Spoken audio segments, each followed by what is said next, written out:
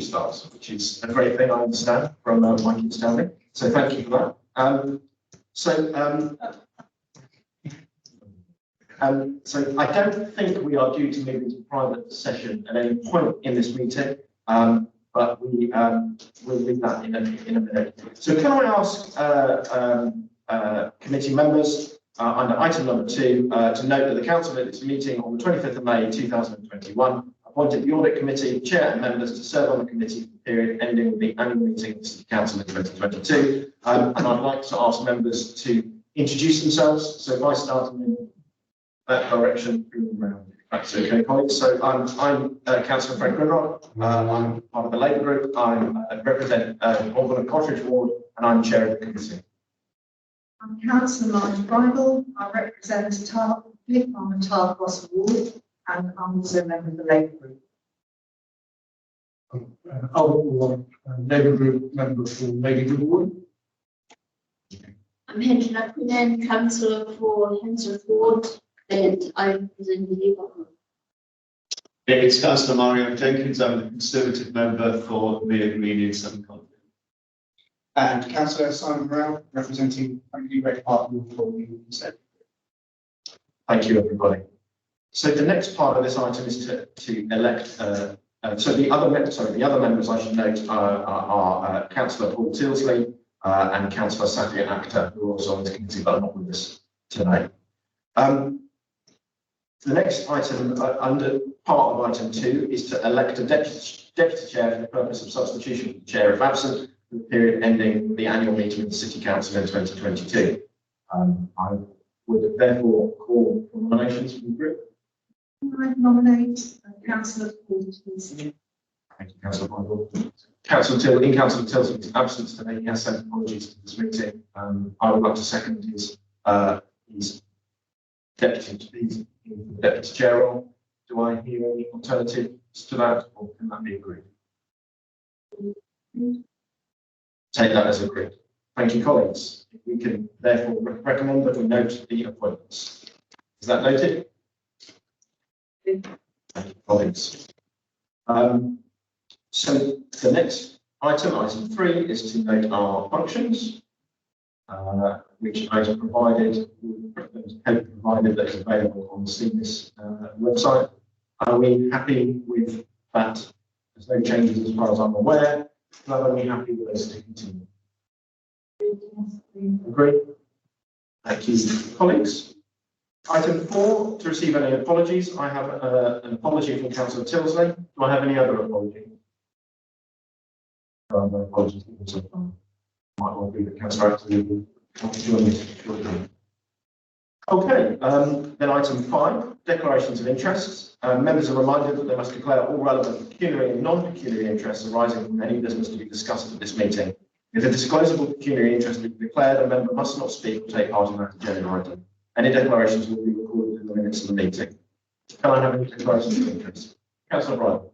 I'd just like to declare a non-pecuniary interest on grounds of being cabinet advisor to John Ocean. Thank you, Councillor Bryan. Any other interest, non-pecuniary interests? Pecuniary interest? None taken. Thank you. Then I move on to item 6, exempt information, possible exclusion of the press and public. That starts with to consider whether any matter of the agenda contains exempt information within the meaning of section 100L of the Local Government Act 1972, and where it is considered that the public interest in maintaining the exemption outweighs the public interest in disclosing the information, the reasons outlined in the report. If so, formally pass the resolution, resolved that in accordance with it would be resolved that in accordance with Schedule 12A of the Local Government Act 1972 as amended by the Local Government Access to Information Variation of 2006, the public be excluded from the meeting during consideration of those parts of the agenda designated as exempt on the grounds that it is likely, in view of the nature of the business to be transacted or the nature of the proceedings, that if members of the press and public were present, there would be a disclosure to them of exempt information. I do not. There are no agenda items that specifically require us to go into private today, but members may wish to do that moving from the floor that we move to a private meeting. So in advance of that, can I get that motion through? Thank you, colleagues.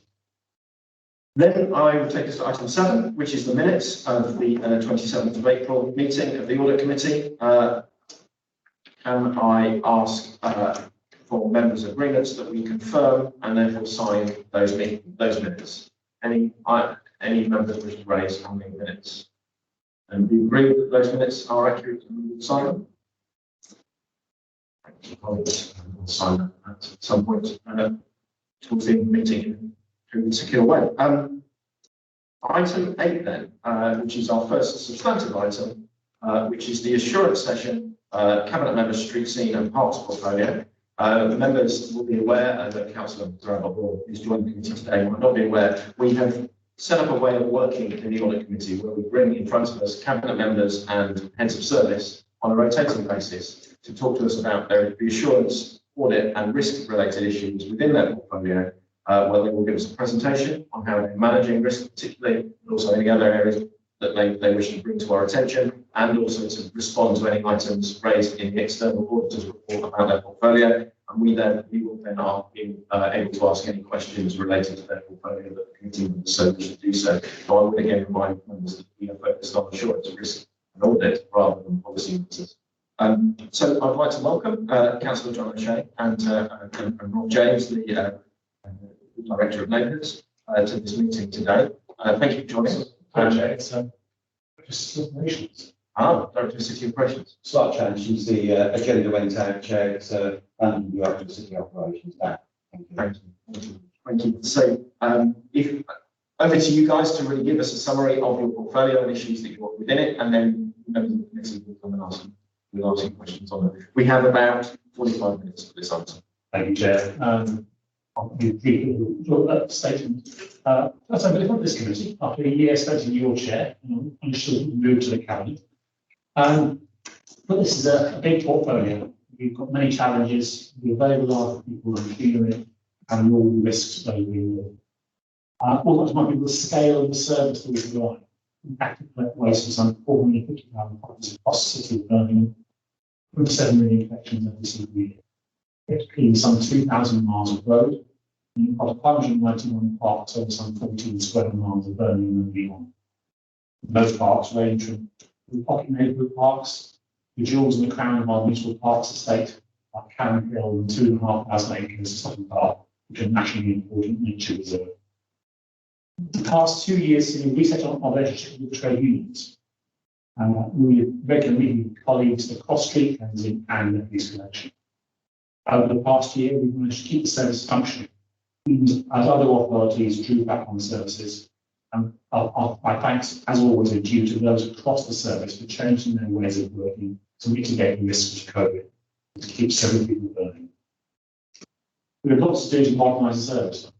Work is on course to start work on rebuilding the Parade Bar depot and to combine the Redfern Road and Montague Street depots onto a new single-sided Tysley, which is likely to take the next generation alternative fuel refuse collection vehicles.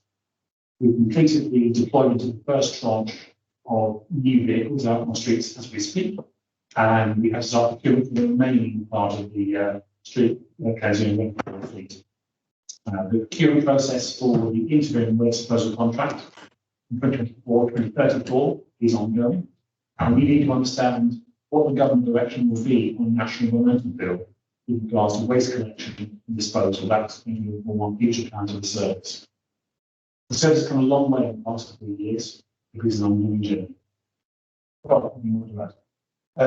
Thank you, Cabinet Member. And I think I'd just like to echo your comments, really, in terms of the commitment of the workforce over and during the pandemic. I think the workforce has responded tremendously, and we have had regular refuse collections throughout the pandemic.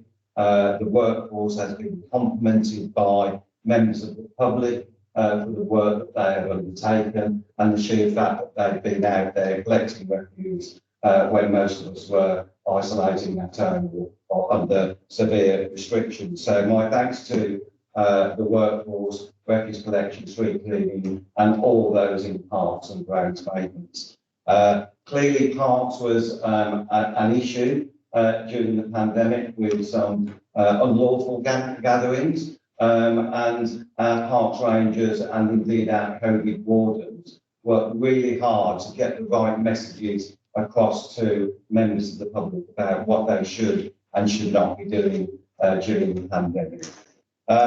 As Councillor O'Shea said, there are various improvements to service provision that we still need to make in this service, but I am really pleased of the journey that we have been on with the workforce and with the trade unions to improve services. I think when I came into my former role of Protector of Neighbourhoods, the relationships were not where they should be. But I have to say, over the last 2 to 3 years, the relationships with our workforce and indeed the trade unions have improved tremendously. And there is a real wish to move the service forward and to provide services for which our citizens should expect and be guaranteed to receive. There is a lot going on, as Councillor O'Shea said. One of the major focuses at the moment will be on the re-procurement of the waste disposal arrangement and our waste treatment arrangement. That is a massive contract, and what we have to put in place for the next 10 years is reliant upon the technology that we've got currently in that industry, and with a view to the following on contract, i.e. after 2034, to really expand that service and the waste treatment function. Much of this will be defined in the forthcoming legislation around the government strategy on waste, what we have to collect, what we need to separate when we do collect. For example, it is anticipated that by 2023, we will be required to collect food waste separately. And that is part of our thinking in terms of the service going forward. And in our work that we are undertaking with a company that we procured or commissioned to do some work around a complete review of waste, that company is keeping an eye with us on the forthcoming legislation and indeed how we have to reorganise the service to respond to the varying degrees of changes that we will have to make through the waste strategy. Again, I would say that the workforce and the trade unions are up for this. They really want to move forward and to respond to that. So I am really encouraged that we have a workforce that wants to do its best for the citizens of Birmingham. And I think they've demonstrated that over the last 14, 15 months or so. And I think they're really willing to continue. With respect to the depot refurbishment, much needed. Our depot sites are not where you'd want to be based, I'm afraid. I was out at Perry Bar depot this morning, meeting with the management team out there. Great team, but the conditions that they are working in currently is just not what we want for our staff. And I think we owe it to our staff and to our citizens to provide first-class facilities for our citizens to dispose of waste and for our employees to work out of. And that's what we aim to do. Work will start at Perry Bar depot in the next week. So hopefully we'll get that up and running. And as Councillor O'Shea said, a major refurb of all of our waste depots will be forthcoming over the next couple of years. Thank you, Chair. Thank you, Rob, and thank you, Councillor O'Shea. So we'll now move to a period of questions for you guys. And so if I could kick off really, one of the things that this committee has to do is engage with the external auditor and the external auditor's report. And obviously there was that key area of risk raised by the external auditor on waste service continuity and industrial relations. You flagged up some points of that. And my challenge is that obviously to find itself in the external auditor's report is a seriously great thing. We need to recognise that we were not in the place we should have been on that issue. How can you give this committee committee confidence now, and how will you continue to give this committee confidence that we will not see that issue in the external auditor's report again? My initial comment would be that we have had, as we both said, a complete reset of the relationship. There are monthly meetings with street and the rec teams, union teams, from all the main unions, where issues are raised and dealt with. And this is a sub-corporate level, so we have to do something that relates to those particular departments. I've certainly seen a shift in the union attitude towards wanting to provide a good service. There's a real desire there from the groups and from the union reps to want to take the service forward. They don't want to go back to where we were 4 years ago. We don't want to go back there. And as long as we have that commitment on making both sides, I'm confident we won't. Doesn't mean there won't be hiccups along the way.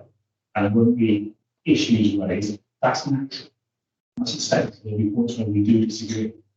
But we have a method now to resolve those problems without them going to dispute. Can I just probe a little bit on that, which is one of the things that I noticed with a number of reports that come to us on these kind of issues is an engagement of a service, in this case, the waste service, with the council's human resources function to make sure that we've got a smooth and continuous kind of relationship and ability to support and deal with challenges that affect staff in these areas. And I've not always been confident that that relationship and that integration works. Is there some, how do you feel that the process that you've undergone since those issues has enabled us to improve that relationship with that industrial relationship aspect of the work we do? There is still work to do, but we have the HR team in on the not just community management, political and unions. We have the HR team involved in as well, so there is an early warning on the issues that are coming down the line. It's always going to be a work in progress, but I'm confident we have a system in place now that provides us as much protection as we can from disputes. Yes, if I may, Chair. I think there are two aspects to the value for money exercise that was undertaken and mentioned in the 2018-19 report. I think we've moved much further on in terms of the budget management, and you'll see in the budget outturn report that went to Cabinet this morning, the actual non-COVID spend on the street scene activity is actually on target and was actually under budget rather than over budget. And members will be aware that previous years, the overspends in relation to particularly the waste collection service have been due to a number of reasons, one of which was that the budget adjustments needed to be made to ensure that we had a sufficient budget to provide the services for which we were expected to do. But secondly, the whole budget management exercise in terms of monitoring those budgets and ensuring that we had a robust management of our budgets. All of that has been put in place. I've worked with our external auditors throughout this year in terms of our budget management, and they have signed off the value of money aspect. What they've identified is that we have ongoing work to do around industrial relations and ensuring that we implement the recommendations of the Commission's work with Woods for the independent review. I have to say that when we engaged as a local authority, some non-executive advisors to the council, we had an advisor on waste and industrial relations. Myself and Darren Share, the assistant director, worked with that non-executive advisor, took him through all of the aspects of the work that we were undertaking with the trade unions. And we explained the setup that we've now got in terms of that continuous engagement. And I think, Chair, that's where you're referring to our relationship. So the improvements that Councillor O'Shea has referred to, very pertinent that we actually make those improvements with the workforce and with trade unions. So what we've established is what we've termed a joint service improvement board, which Councillor O'Shea chairs alongside my assistant director for the street team, and they work through various work packages with the workforce and the trade unions to implement those initiatives and those improvements. So those range from service improvements to IT improvements to a whole range of things to deliver the service.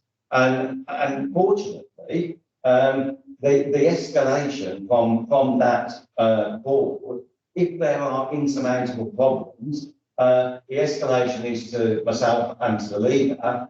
I think we've been called in once to that board over the last 2 years. So I think that is work in progress. Lots still to be done, but it's working really well. And I have to say, that the whole sort of atmosphere and relationship, the feeling I get when I meet trade unions and the workforce is very, very different to what it was before.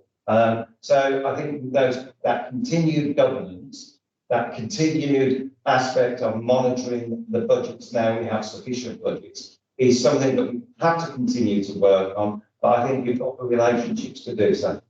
Yeah, that's really helpful. Colleagues, I'll hand over to other questions. Councillor James.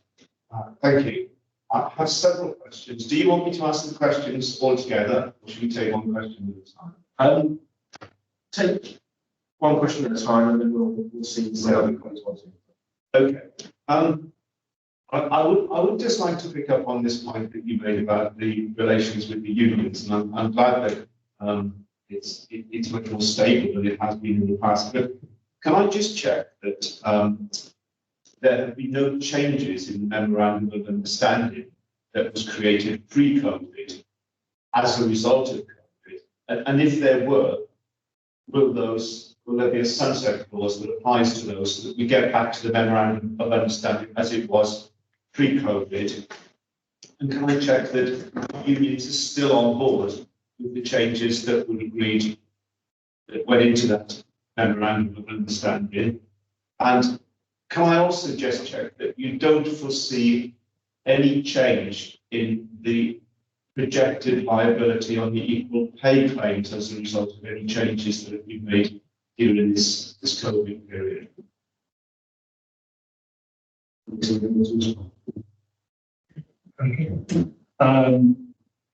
No, the MOU hasn't changed. Some of the ways of working over the course of the pandemic have changed because it had to. As a result, our crews starting at staggered start times. If you only drive within the depot, if you are outside the depot, and usually on the pitch. There have been changes, and we've got to change down the line, but the union is still on board with that. Thank you, Jen, thank you, Councillor O'Shea.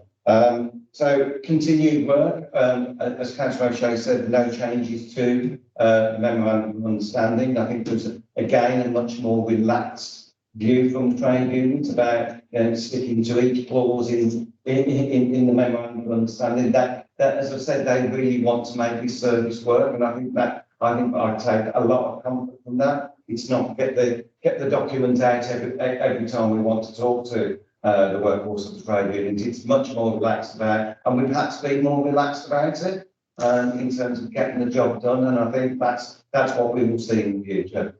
In terms of the equal pay, it's something we are always monitoring across the council, not just in the waste-based service. We need to be very careful about working practices and where we build jobs, etc. So yeah, we're very excited on that, and there is an employment governance steering group which I sit on alongside our legal services and our HR to ensure that any changes in working practices will come to that group, and we monitor that through that officer group.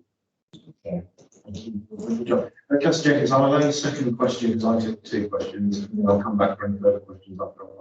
Okay, so that's that's helpful then to know that the memorandum of understanding in terms of the working methods is basically as it was, subject to the fact that we've had to make temporary variations. I think people are sympathetic to that, and I've had just one complaint about the bin men coming early. But I think most people would feel. Been a few more than that, but yes. Well, I really haven't. But yeah, it's not been that. My view is that, you know, we're just so grateful that it's being collected, whether they come a little bit early. And I think people are sympathetic to, if people are prepared to get up and go to work at 5 in the morning to get the bins collected, the fact that they come at 7 in the morning instead of 8, I don't think that's really a big issue. So I'm not concerned about that. One of the things, though, that I have had quite a few complaints about is mixing of waste. You know, that when people go to considerable lengths, I think, now to make sure that their waste is separated, that they do get really frustrated when they see the waste being combined into one collection. And I know you might say, well, it's better that than get it collected when a previous collection has been missed and do nothing at all. But can you perhaps give some assurance to my residents that you are addressing that so that you won't in future be combining waste? The answer to that is yes and no. Recycling will carry on being combined where there is a particular need to do so. And typically that occurs when we have missed collections. And the risk there is you have contaminated recyclate. That is no good. Simply that it will be rejected by the Ashes site, so we send it all to the incinerator rather than risk contaminating load. Of course, the issue with that is you want to avoid having in the first place. So it's got reliability connections, and that stops that problem being an issue. Recyclate should not be one. It should be kept separate. We are monitoring that as a performance because we want to get the maximum recycling we can in the city. So there should not be any recycling combined. In fact, one of the daily report on recycling information has to be approved by the system director. But there will be a case where it happens if a vehicle breakdown. That's not uncommon. And with a tolerance of typically it's mixing paper and cardboard into the dry recycling. And there's a tolerance for that to washes. So the odd bit here doesn't make a lot of difference. When we do have huge amounts, that causes a problem.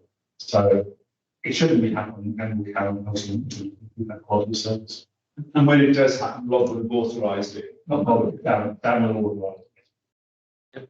Actually, a 14 basis where there are any inspection. But if it's occurring, I would encourage residents and councils to report it because we will follow that up. Councillor Brother. Two queries, Chair. Again, we need to take both. Yes, we'll go ahead first. First was just in relation to the Directorate Assurance Statement for 2021 that was supplied to us. And a significant issue was raised within the Directorate Assurance Statement was to do with the parks budget. Talking about the level of section 106 commuted sums reserves having a detrimental impact on the budgets required for health and safety works on children's play areas, including surface and basement. I raise that only because it sounds somewhat concerning, but also because I have an example, interestingly, in my own ward, where a piece of equipment in the children's play area does need replacing. I've been told that it's basically obsolete, but it still sits in the play area, which doesn't seem to be very satisfactory. I don't know whether it is a health and safety issue. I assume it's not, otherwise I assume it would have been removed. But this piece of equipment needs some attention. So I was just interested when we got this list of issues that have been raised with your assurance statements that this health and safety issue in children's play areas may be something that needs to be kept an eye on. That was the first thing. The second thing is more a deeper thing really to do with the council. The street scene and street cleaning, I do feel that there is a significant value for money issue, and I suppose as well a governance issue, where we still appear to be getting no grip of this fragmentation between housing and highways and the land issues there. In effect, we've got too many councils. We've got housing, we've got highways, and they're both involved in street cleaning. And quite recently, I've heard officers saying that they rely on highway street cleaning to maybe do them a favour and do a bit of housing land cleaning. That doesn't sound to me to be a very good way of going about doing our street cleaning in an efficient and effective and value for money way. And I feel that somebody needs to get a grip of this housing revenue account issue, which is, it appears that Birmingham just hasn't moved out of the dark ages. Our municipal estates are no longer municipal estates, and they're multi-tenure estates, and they have bits of land in them that need street cleaning. And I just think that we need some assurance, really, that this value for money and governance issue, somebody is going to get a grip of it once and for all. So I'd just be interested to hear if we are intending to take that forward. I've heard a lot of platitudes about it, but I haven't seen any action. Two reviews there. I suppose I'll separate out the health and safety of children's play areas. They are checked weekly, on a weekly basis by the Zoom team. So I'll be confident that there are no health and safety risks there. There are again immediate reporting. We have an issue with the lack of social monitoring. A slight interest here in about 3/4 million considering their population part in mind. But that is because we have been lucky that that's how they fall. We are reliant on 1/6 money being negotiated. We're very lucky that contracts are being drawn quite tightly to ensure we do. There can be significant delay between the approval of the advances and actual money being given. Usually it doesn't come in until house sales start. So, and availability of money will depend a lot on the ability of sites with awards to use for housing. So if you haven't got the revenue going on, there's not one of money coming in. And we are reliant on that for capital investments in our funds. With regard to the housing highways, yes, indeed. We already have a situation where parks essentially maintain the grounds of the parks, our villages, and our housing sites. That's one service doing that. There's no reason at all why we shouldn't have a single waste collection service and cleansing service that covers our housing land. And that's been in the works for at least 18 months now. And I welcome Chase for that. What I asked, and now we're moving on this one. Chase visit today and try and get moving across. So that is going to happen. We're going to bring more cost of one service because we can break out the silos, that being housing land and that being highways. And we're going to try and use one service for all those areas as the parks kind of maintenance teams start happening. I don't think there's much more to add, other than on the community sums. That is a budget management issue, that there was a reduced budget for community sums, and that's part of the mitigation for that. I'm working with finance colleagues to ensure that we've got sufficient budget for that maintenance work to be undertaken. And I think if you've had the statement, it does say that that budget is under review. I need to make sure that there's sufficient budget to carry out that work. And that's why I've raised it on the assurance statement that the work needs to be done on the budget. Thank you, colleagues. And Councillor O'Shea, with the second part of Councillor Bryle's question, the merging of these two services, this committee maintains a list of actions for follow-up, where it asks for to be kept updated when such processes are in play. We would, I think this committee would appreciate an update on that. So it's been going for 18 months, it feels like it's got some distance perhaps to travel. But if we could add that to the list of a report at some point, it can be a written report from noting, it doesn't have to be a written from this committee, but we would appreciate having. I think one of those things where COVID's got in the way, and so we've had an ongoing restructure for about a year. This finally now moving forward because it plays with those. I appreciate that, Councillor O'Shea, so maybe an update in 3 to 4 months' time might be helpful. Councillor Moreau. Thank you, Chair. And thank you to the member to committee today. Firstly, I just want to congratulate Councillor O'Shea for staying in position. Because when we first met, when I first got elected, we had met Helen. It would be before the Helen changed again, and he's still here. I think that needs to be commended actually, because we speak. I think as I can, we joke about that. I certainly don't take for granted the stress and the pressure your position, your job is. If the first role of the state is defence of the realm, I've said that the first role of the City Council should be to clean our streets, and welcome that there is £7.2 million worth of investment going in to clean the streets of Birmingham. Again, we should commend for that. But going through figures, we're spending £1.4 million on a mobile fly tipping ban effectively. Fly tipping, as I'm sure you're aware, on the table is a massive scourge from the city. It is a burning problem if you compare it to the boroughs. And I would like to ask why we're not putting that money into maybe restoring freehold waste collections. There was a report that went from that put together from a scrutiny committee. It came to council earlier this year. We voted on it. We would like to know when that's coming down.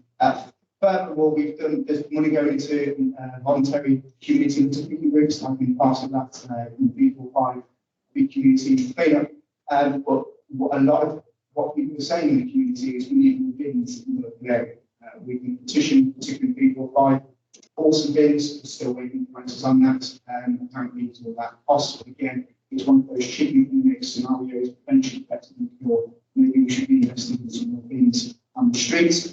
Garden waste collections is also something else that comes up quite a lot, particularly in 5 communities that I'm representing in. Frankly, people just simply can't afford those bins, and so what will tend to happen is you drive around the state in the summer and you can see garden waste from all over the estate. So is there no way we could potentially retest garden waste collections for people in 5 communities? And the big one, which never gets talked about, but I think is a real big issue, is we only have one really major recycling and centre in South Birmingham, and that's with the Lakewood. And where we are in B45, you can throw a stone and it launches it from Bromsgrove. And why can't we just get somebody for the South of Birmingham to go over to our colleagues over at Bromsgrove District Council and talk to them, make some sort of arrangement so people in B45 or maybe stretch into B31 postcode are able to go and use their tip. Because I think that would go an awful long way to reducing quality in South Birmingham. Thank you, Councillor O'Shea. Very good question here. Right, we start. I'm glad to be here. When I was appointed, people were nice to be told, I'm glad you're on the cabinet, you haven't got feelings, have you? But this is genuinely one of the only 2 jobs in the cabinet I would want to take. It is, as you say, a constant challenge. It is a constant stress, but it is rewarding, and I get to work with some fantastic people. So, and actually, I get to see the service that we provide, or rather, don't see the service we provide. That's I want our service to be as invisible as possible. So that's the aim of the department. We are, as you say, investing £7.2 million in keeping our streets clean. Much of that is in response to the scrutiny report, as was covered in the budget. And there's also additional funding in there for innovative ideas likely not one, 4 mobile household recycling centres trial across the city. Will visit every single ward in Birmingham. They will focus much more on the wards that need it. So someone will certainly get it, Northfield will get it, but there will be a bit more time spent on all the city wards where the demand is that much greater. And all that is about dealing with the key issues related to the city, which is about keeping our streets clean. So we'll be tackling that. And that is the biggest investment in generation in our street cleansing after a decade where budgets have frankly dropped. Taken a hammering, as they have across many other authorities. Put money into it. I disagree that it's part of the Birmingham problem. It is a problem in Birmingham, it's a problem in every other authority in the country. Every authority has seen an increase in fine tipping in the past 12 months. And even some of the leafier authorities in the counties have been shocked at how much they've had to cope with. So it is not a problem peculiar to the city. It is, however, a problem that's very closely linked to poverty. If you overlay the pricing hotspots and the hotspots for the city on our declaration map, you will see a really close correlation. And that's not blaming the residents in those areas. That's where people choose to find it. It's where you have transient populations. It's where you have properties of poor landlords who keep around their properties and dump the stuff on the street. It's where criminals choose to take the luggage to find it. And those are the people we're going to go after. Those people we will seek to convict, we will seek to jail them and get their vehicles on. Because people need to be very clear that Birmingham is not somewhere you can come and bring a fight. I was partly pleased to see a headline in the Birmingham Live saying Solihull are scared because we're getting too good enforcement. And if you look at their enforcement level, they're reporting no enforcement for a number of years. You understand why. And we are seeing people jailed, crushing their cars, and we're seeing heavily fined for fighting. And we're going to do more of that. We'll make sure that there are routes for people to get rid of their waste. You raised about garden waste.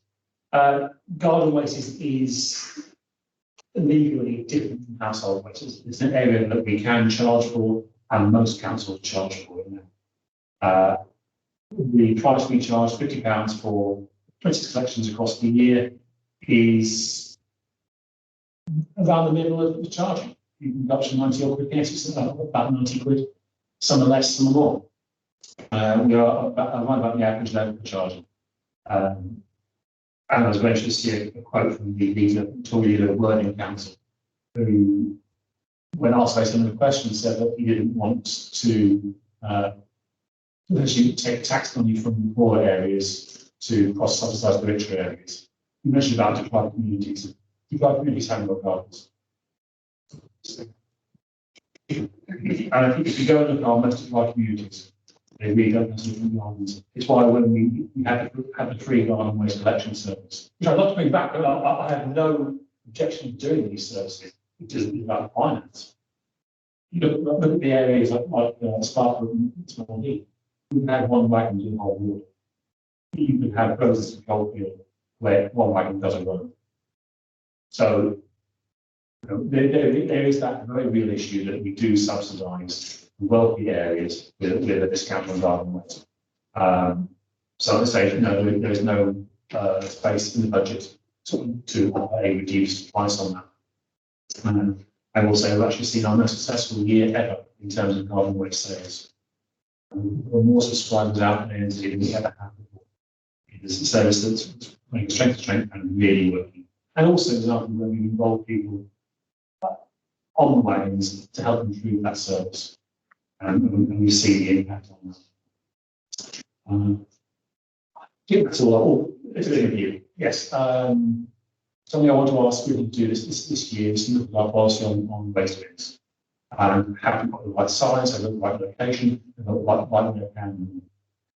There is a cost to everything that goes on the street. There is a cost to mowing a square metre of lawn. Everything has a cost, everything has a charge to it. And relative to other budgets that we have. Our message would be to people, you don't have to drop this on the street. You make a choice to do that. And saying there wasn't a minimum, I'm afraid to me is not a defence. It's not a defence to say the park is for dumping my larger site. You should be doing what you are advised to do across the country. If you can't find a thing, you take your action. So I don't allow an excuse on that. Yes, what was saying in that? I don't know that. I'll take all the questions. I'll take all your questions. Firstly, I just want to comment back on the saying that 5 people don't have gardens. You need to On most applied areas, we have one. most private, and this is why I was saying means testing. There's even a lot of people on their own do have gardens. There's loads of council houses, and environments, and frankly, speak to my residents who just struggle to get their garden. And the second, just to come back, was the, in terms of littering, totally agree that people should be taking them to home for them. But where there are problem hotspots, such as parks, which the main area that we're campaigning for is a reservoir where people walk their dogs. The reason they said they could do it was because apparently they were safe items. And then you would have to be in it, made of metal rather than, So I totally agree that people should take them to home, but I don't think that's an excuse not to put things. But again, control the state should be clean trees. Sorry, the City Council. The final question I had to you about was the new tip. Yes. And I'm thinking, have you reached out to Farnsworth? Is there any way we can actually work with them to do something? I think that would help. As far as we haven't reached out to Farnsworth, there's responsibility on the City of Birmingham to deal with their waste. I think we accept that there is essentially a lack of an HRC down in southwest of the city. You've got a location, frankly, we've got one.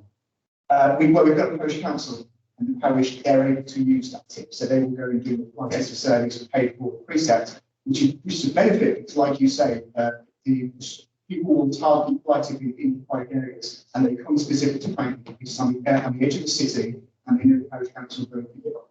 So, this is why, again, we're so passionate about the store. People residential across the city, we're very, very long way. Free garden waste, it will not solve item. Nottingham have a free garden waste collection service. They've just drawn that down to one collection a year now. And their quantity is about half of ours. However, a quarter of the size. Item is not resolved by free garden waste. Item comes from criminal behaviour, by dodgy businessmen. In recent hospital, we had a supermarket owner who chose to, rather than get a special trade waste contract, they took the waste almost to their home and dumped it on the street. We had a handyman who was doing work and didn't want to take it to an approved site, so he dumped it outside water allotments. We had a professional fly tipper who dumped 7 tons of waste. And these are not good people. This is not your neighbour getting the These are criminals who need to be fined, who need to be locked up, and need to be punished for polluting the system. And I can't come into details of the park bins, but our metal bins are set on fire. They're not proof against fire because they're metal. They are still damaged. They are still wrecked by it. Councillor Jane, you said that there's going to be a review of the things, so that's something. As we asked Squeaky to look at the plastic issue, and we were very good report. She took through and admitted large chunks of that. I've asked them to do the same sort of work with regard to looking at bins across the city. Thank you.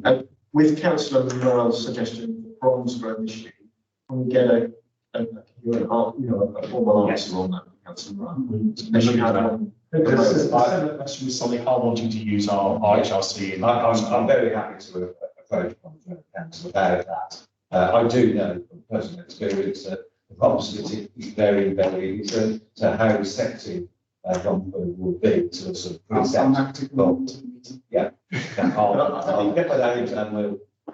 I think this committee would be grateful for a written answer on that. I think that would be brilliant. Councillor Moore. I like to try and stay within the remit of the audit committee and look at some issues around us having assurances on risks and priorities of the council. And it's about future proofing of the waste management service. I think where we're at the moment in terms of delivery of vehicles has come, if you like, a long time after it was obvious that the vehicle fleet needed to be replaced. In other words, we had not properly acted on the risks the service would face by ordering replacement vehicles sooner than we did. The world is changing all the time. So I have two issues. One is around the way in which what we're now seeing is a greater number of apartment blocks than we ever had. And the problem that is appearing, I certainly know about it because of my own Board of Radio, where the nature of the collection service is essentially different.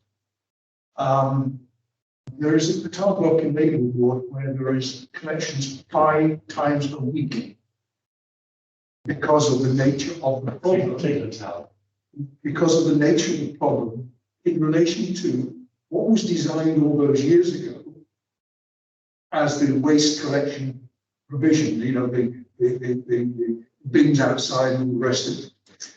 The world has changed.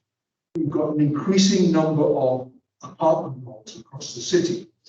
And therefore, what is the waste management service doing to think through well in advance of those changes that might be required, if you like, to meet the changes that are appearing in terms of the residential nature of Birmingham?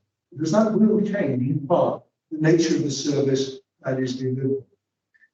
And that's partly about the relationship between waste management and planning over issues which are about what planning do in terms of their conditions on planning applications in order to make sure that the future waste management service is future-proofed, if you like,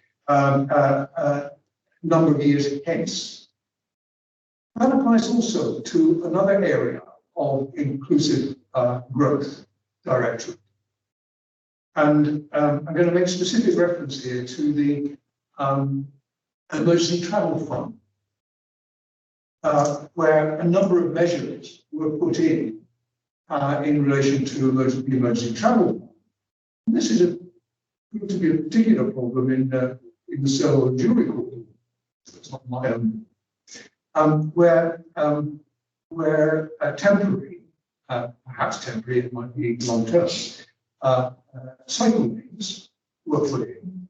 And I had waste management at a particular level of waste management actually complaining about how that was disrupting the collection service because of the holding up the passage of waste management vehicles through the area.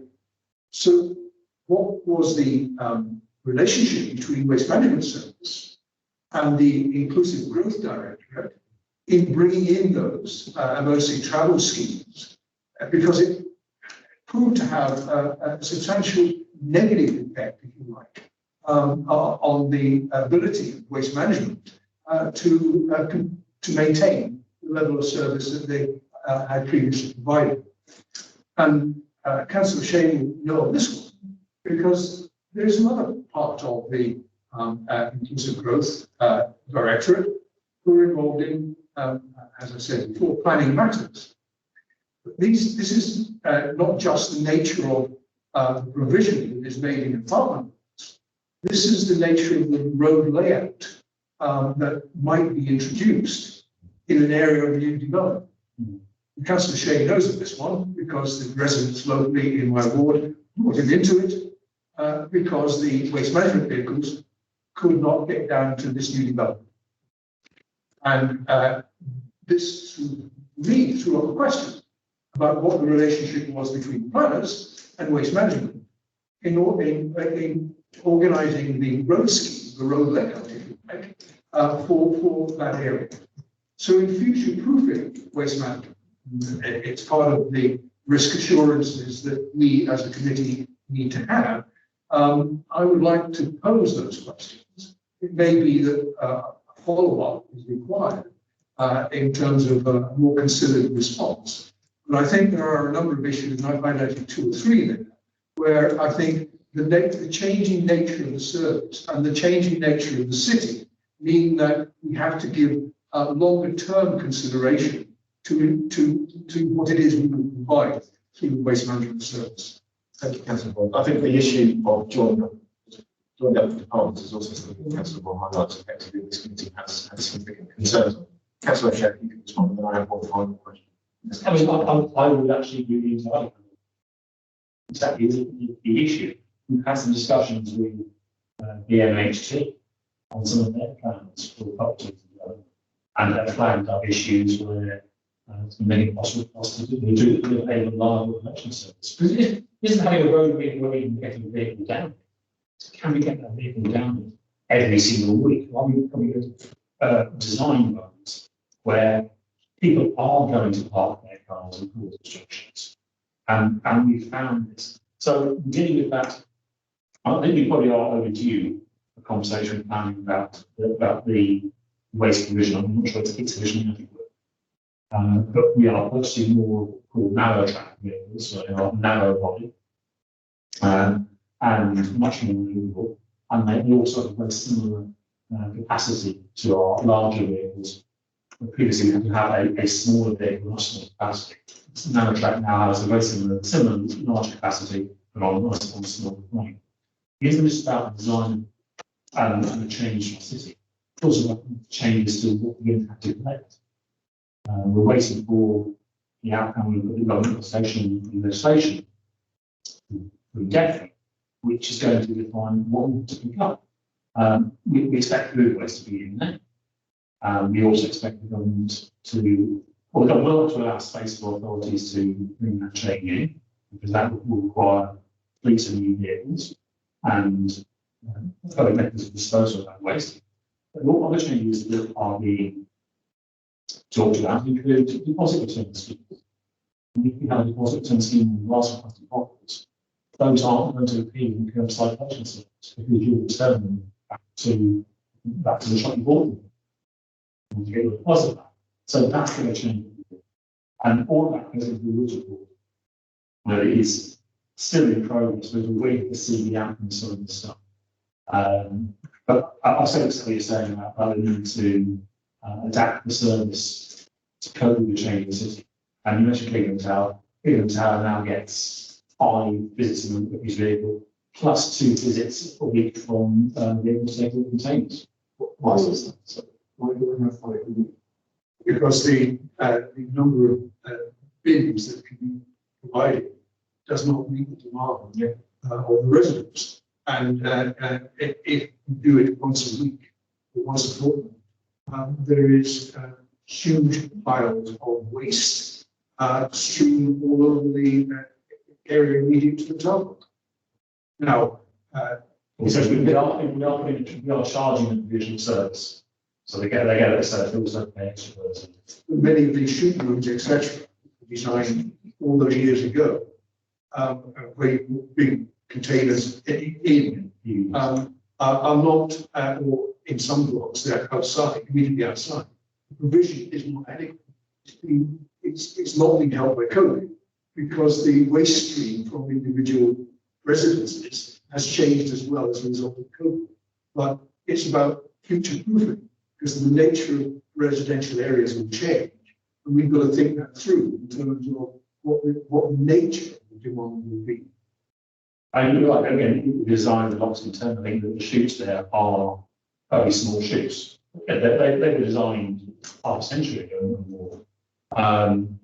And you know, it's the indication of how our waste disposal, how much waste we produce has changed.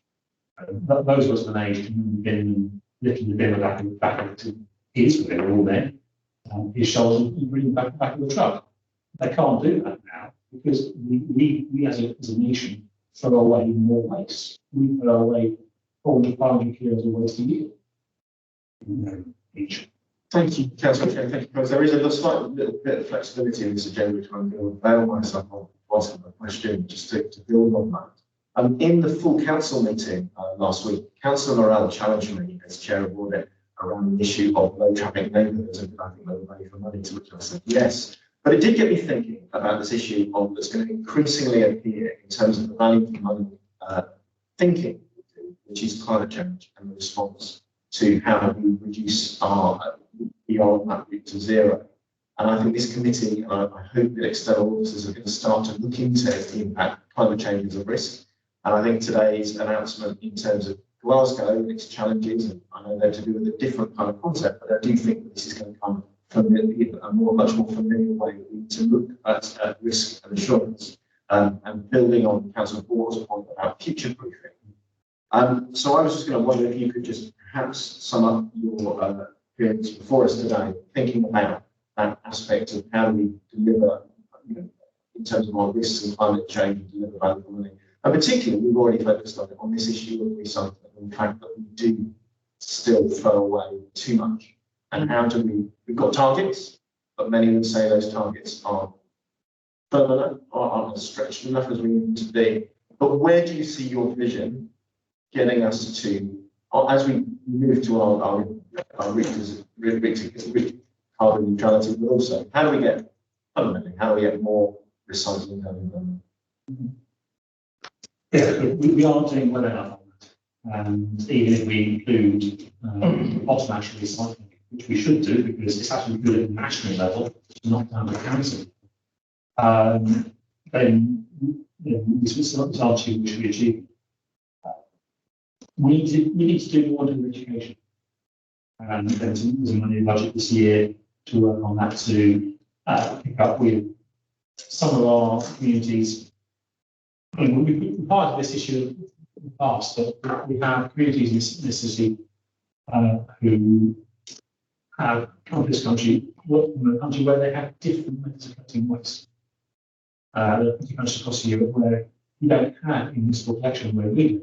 You actually pay for a contract. So you need to have a contract in your home to have your waste taken away. And if you're a transient worker living in Birmingham, you may not understand that's not how we work in this country. You may not think you have to find someone to have a get a contract to take your waste away. We need to actually think about that. We need to provide something that communicates to people with different language skills. And we're going to work with community groups, mosques, and people like Centrala to get the word out to some non-worldwide communities about how they can do more. So that's a focus. But there is also the shift coming up in terms of recycling. There's talk that people housing can take back carbon, and that will take waste away from us. And in some ways, it's a good waste taking away from us because the pyramid is reduce, reuse, recycle.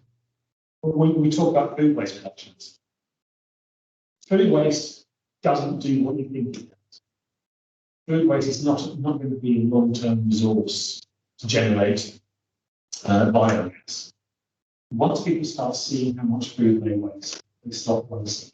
So you have a very well-formed part, initial massive collection of food waste, and then you get down the line, so we'll stop wasting their food.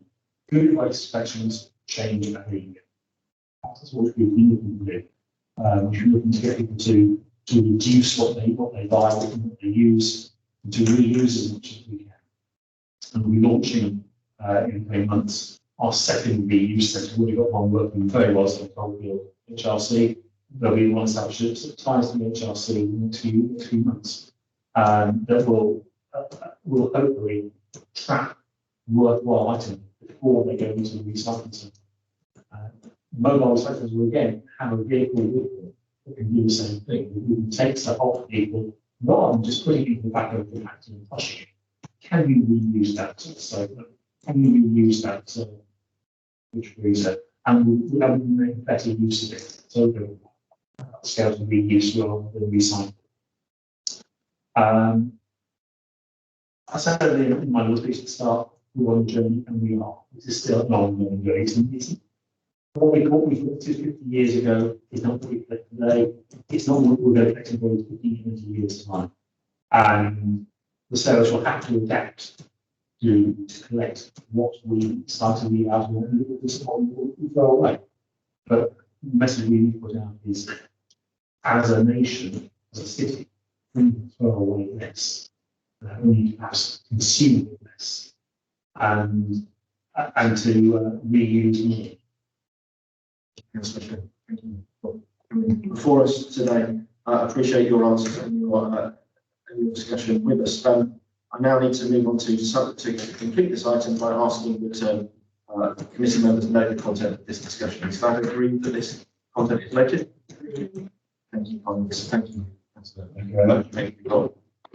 Welcome to stay for the rest of the meeting if you wish, but I also will understand. Thank you, colleagues. Right, I'm moving on to item 9, the Birmingham Audit Annual Report 2020 to 2021, which is the report of the Assistant Director of Audit and Risk Management, Sarah.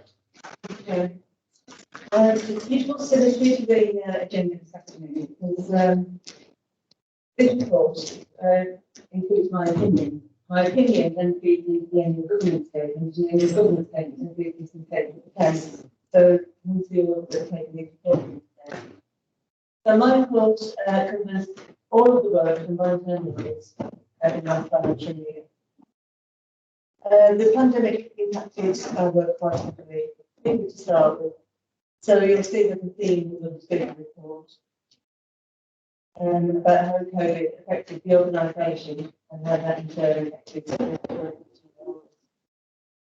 the main impact was on the delivery of the audit plan, which led us to reevaluate.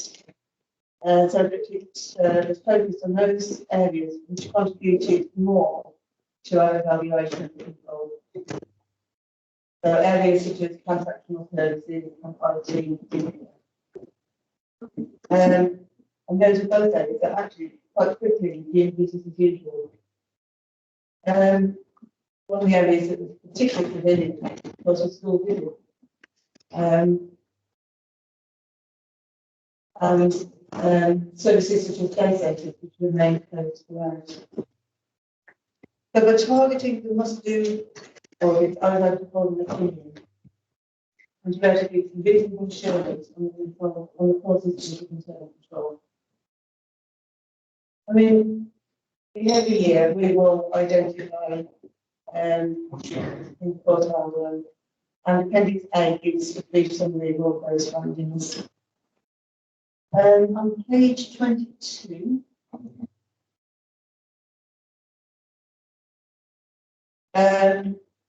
gives details of where we researched and we had valued the past year. We were heavily consulted in the areas on remote working, everything from treasury management service to individual school nurses. We were also heavily involved in the process for claiming support grants, especially for business rate support grants. And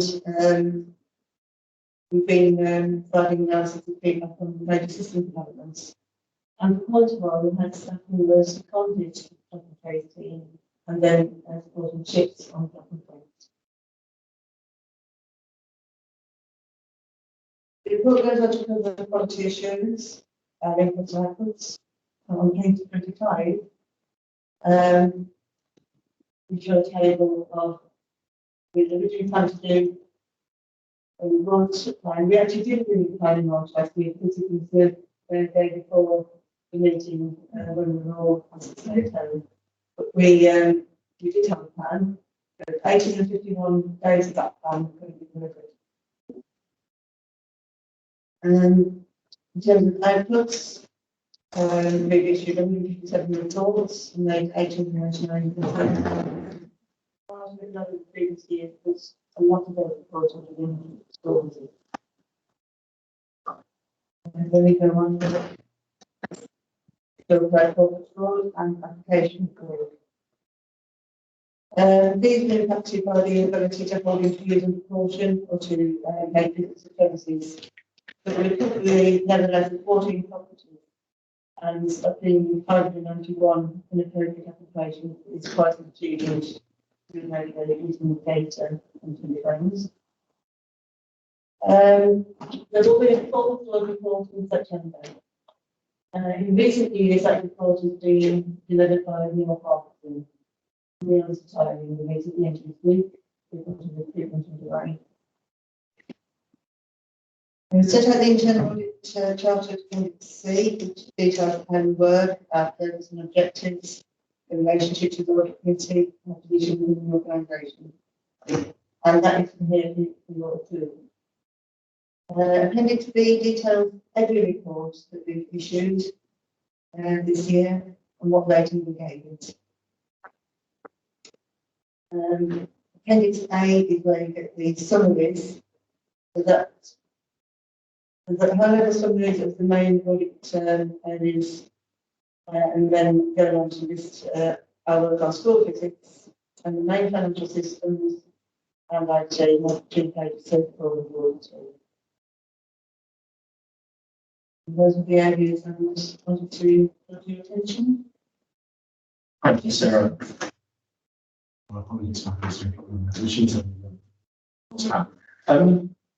Colleagues, any questions? Councillor? Thanks, Chair. I want to pick up on some comments that are in Appendix A of the report, and I can give you specific reference here. Page 32, where you were discussing contract extensions. Again, on page 38, where procurement and contract extensions are discussed. And then I want to separately deal with a comment in relation to schools, as appears on page 35, all in Appendix A. The page 32 reference is about need to strengthen arrangements where no contractual option existed to extend beyond the original term needed. But on page 38, on procurement and contract extensions, it talks about non-compliance with council standing orders relating to contract extensions. Now, I think there's a governance issue here. And there's a clear governance issue in relation to adherence to standing orders, constitution, if you like. And if I just, by way of example, say that one of these issues was about a failure to deal with national regulations. National regulations were not taken into account in a contract extension. National regulations do not allow an extension of a contract where the value of that contract is beyond 50% of the original contract value.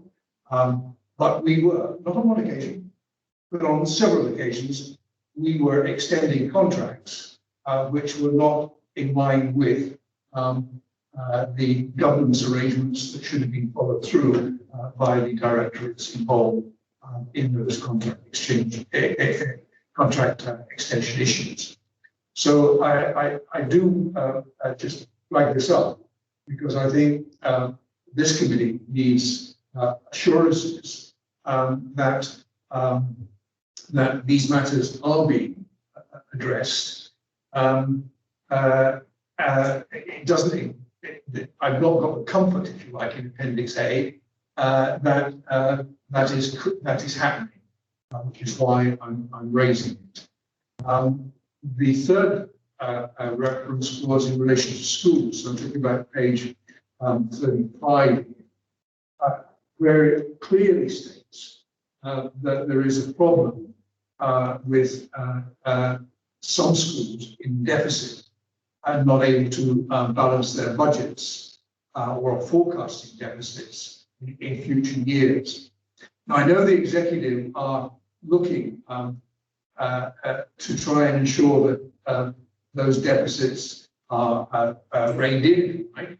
The problem is that if a school decides to go down the academy route, the city council is then is liable for the deficit position in that school. So we inherit as a council that deficit. And therefore it's important from the future budgetary issues facing the executive that these matters are properly addressed. And it says in Appendix A, and I quote, that governors and school senior leadership are looking to establish and agree mitigation action plans to address the risk. But it goes on to say, often these have not been formalised or do not go far enough to address the problem. And I think, therefore, that leads me to ask here at this audit committee that in line with proper risk, proper attention to risk, that maybe other measures are required or greater focus is needed on this very specific issue of school deficits because of the future risk, if you like, to the City Council's own budgetary position. And I think it's not unreasonable to say that because I know that this has been flagged up on a number of occasions. So it's not just a single occasion, it's repeatedly flagged up in the budget monitoring reports to the executive. So I think we need some assurances that the appropriate action is taken because it would appear the current response is not adequate enough in dealing with the risks that might issue to the council of these deficit issues in particular schools not being properly addressed. Sarah, can I ask for a response? On justification report, that was given a high risk rating. There were issues with the cost council. There wasn't a form direction, it was possible. And it wasn't really within the gift of our procurement service to measure the service. Oh, we've got to review this one now, once we can't deliver X. But that's what they're being faced with. So this year, this unit and electorate assurance statement has specific questions about how you got visibility of the pipeline contract renewals. So we've been given assurance by these business units. We will now be going in sample auditing. There's been work done to address the wording within the reports as well, make sure that the relevant regulations are quoted. So we can see some general improvement on that, but they will happen. There will be contracts that suddenly without nothing realised and not be put in place. School deficits is hard then. It's got a few of the schools in Jersey on it. So the school financial services, which is on services. Because of the deficits, they will come off the risk rating for audit and visit. Because we've known visit so many in the year, we have a ranking, things that have got risk factors, and the deficit is one of them. So we will, on the back of our audit, if that's possibly that only issue, then we're never going to have a look. But usually we'll find numerous issues, and therefore they will put it on our follow-up audits as well. But they'll get a remote management assurance type audits, and quite quickly, like leaving sector, then environment sector, then we move over it. So we're always asking them about their mitigation plans. And if a school is really, really struggling, and we can't sort of force them to get in really good, but these are asking them about it. We're not letting them forget it, not letting them deficits discussion at the table. They have to submit to school financial services and get to the payment plan. How they're going to get back into balance. And we also look at the predicted deficits. So we can have schools which are just about made it this year, but they're going to be doing in future years. And then we'll have to look at their assumptions and their recoveries going forward as well.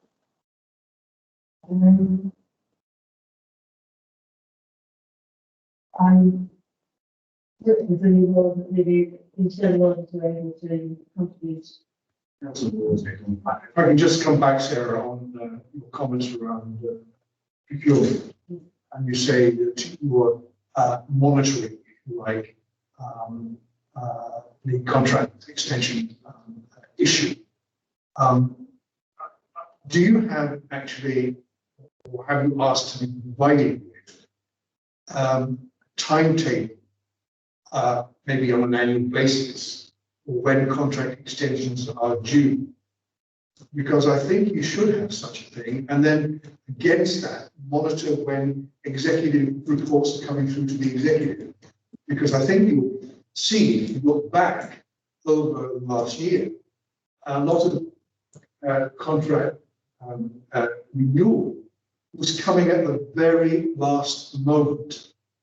And therefore, if a directorate is operating with an eye to what's expected of it in future months, or indeed future years, it should have an eye on when a contract is due to end, and therefore when discussions should start in relation to the renewal of that contract, if it is to be renewed.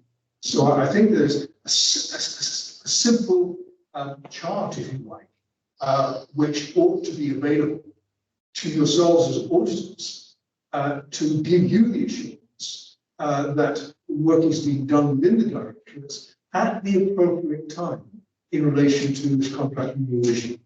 The leading time depends on your procurement use. It's always more than you think. So can we again take a notice of that recommendation and see how that is progressed? Councillor Brown. Very quick comment. With subcontracts, does the council have any contracts that automatically renew? Because if we're not aware that a contract is being renewed, it's kind of like you mentioned your insurance contracts every year. You make sure you're getting a renewal bill is going to be more expensive, isn't it? So perhaps we should look a little bit deeper into that. If contracts are expiring, you're still at the same provider. Never mind schools, this might be happening across the council.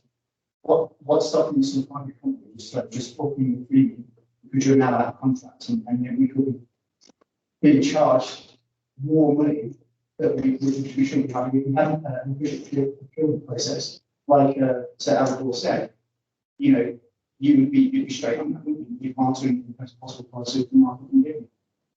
I think that the overall issue of contract management has been something this committee has been continually concerned about. So I do think perhaps some kind of briefing and understanding where and how it does appear on the external auditors report quite regularly. I do think this committee perhaps does need some kind of way of understanding how the council is approaching to contract management, and potentially a wider briefing on it. Before I take Councillor back, Councillor Bryan, did you have a question? Okay, Councillor Jenkins. Councillor John. It's just, Chair, that contracts are renewed through different governance procedures. Sometimes it's a matter which is reported to Cabinet, sometimes because a decision has to be taken there, sometimes the decision is taken by the Cabinet member in conjunction with a senior officer, and sometimes it's delegated through to senior officers. And therefore the governance process is often different. And I think that's why maybe the Chair's suggestion that we need to have a more informed view of governance relationships here, and why that might be appropriate. To give you a classic example, the travel assist contract was renewed 6 times by officers without reference to the executive. So I think that is a work that we could be doing as this committee in terms of being aware which contracts are passed under which subsection of renewals and whether and how that's being monitored. So would that be something that we could pick up? The process controls and governance is within the agreement. I also know that within finance resources we've made it's if we have anything on I know some people who work being done about the pipeline. Okay. Okay. I'm going to move us on to the next item, which is the annual governance statement, which is a report of the interim director of council management. Sorry, before I do, I'm bringing my. So firstly, in terms of the annual audit report, annual annual report 2020 to 2021, and the recommendations are that members accept this report and the annual assurance opinion for 2020 to 2021, and then members approve the 2021 to 2022 internal audit chapter. Is this agreed? Thank you, colleagues. And then I move on to item 10, the annual governance statement, which is the report of the interim director of council and management. Becky Howell's not with us. Hi, Sarah. We've never met face to face. We've been attending our Zooms. So good to meet you in person, Sarah. Thank you for joining us today. I'll let you to talk us through this. Yeah, so I'm going to introduce this item and then pass it across to Sarah and Maybe. So just to say, the annual governance statement is really important in terms of our assurance process, and every year it is updated on responses from the directors.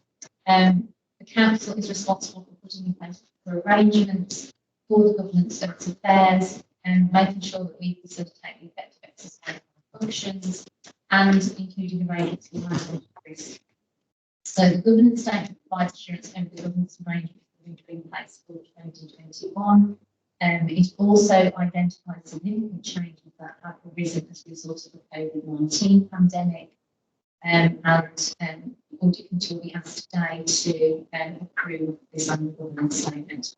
I'll pass over now to Sarah just to go through some of those significant issues that have arisen from this statement. Thank you.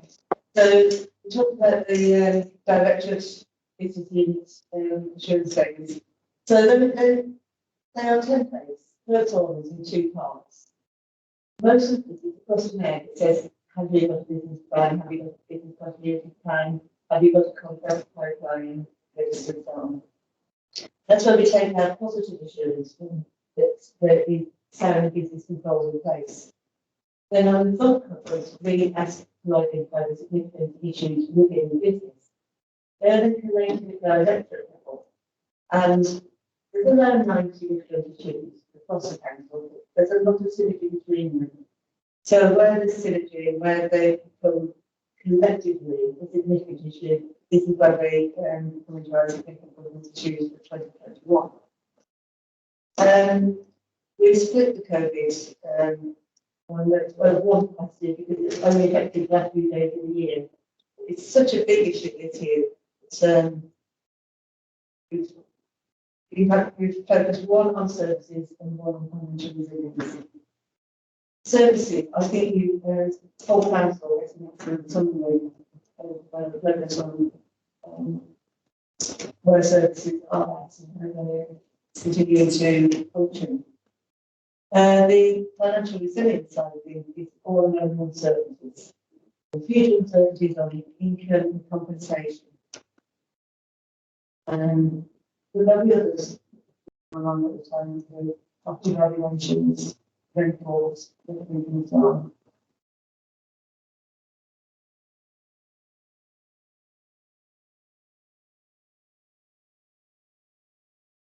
And last year we had major projects and partnerships.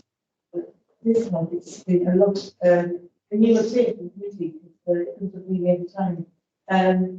We try to do a whole lot of stuff, but the difficulty in recruiting and retaining staff, particularly recruiting staff, it's very impacting. So that's where those issues that have been identified have been and mitigation of those into their BPM. That's what they do. We are on page 83.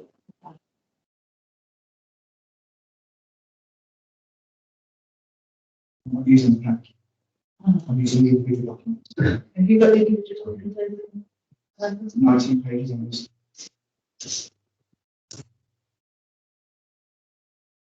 Your issues on the edges. Shall Time, shall I ask you Helen to colleagues questions? Yeah, that's fine. Councillor. I don't have any questions. Page 17. So, do I have questions from other rooms? Could you just momentarily expand on the problem of staff recruitment? Do you generally really different place?